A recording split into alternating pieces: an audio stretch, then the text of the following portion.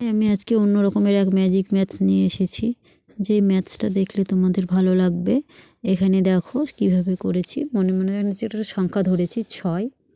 এবার এটাকে কিভাবে করব। 6 প্রথমে 2 দিয়ে গুণ করে দিতে হবে, 6 দুগুণ 12, এবং 12-র সাথে 5 যোগ করতে হবে, তাহলে কত হলো 17। এবার 17-র সঙ্গে আবার 5 গুণ করে দাও, তাহলে কত হবে 17 5 গুণ করে হয়ে গেল 85। এইবার 85 হলো। এবার একটা সংখ্যা ধরো আমি এখানে 4 ধরলাম। এবার এই 85-র সঙ্গে 4 কি করব, গুণ করে বসিয়ে দেব। তাহলে 85-র সঙ্গে 4 গুণ করে বসালে কত হলো 89।